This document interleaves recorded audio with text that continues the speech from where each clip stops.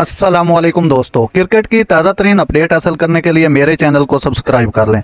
Florida में बारिश से पाकिस्तान की T20 वर्ल्ड कप 2024 की उम्मीदों पर पानी फिर सकता है। न्यूयॉर्क फ्लोरिडा के लॉर्ड हिल के सेंट्रल ग्राउंड पर T20 वर्ल्ड कप 2024 के मैचेस बारिश से मुतासर होने का खतरा है। पेशगोई में अगले चंद दिनों में लॉर्ड हिल में शदीद बारिश की पेशगोई की गई है, जहां 4 मैच शेड्यूल हैं।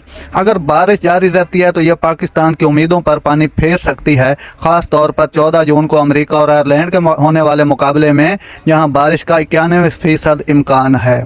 अगर मैचों के ऊपर नज़र दौड़ाएं तो अमेरिका बामुकाबला इंडिया 12 जून को मैच है, उसके बाद 14 जून को आयरलैंड और यूएसए का मैच है, उसके बाद 15 को कनाडा बामुकाबला इंडिया, उसके बाद 16 को आयरलैंड बामुकाबला पाकिस्तान।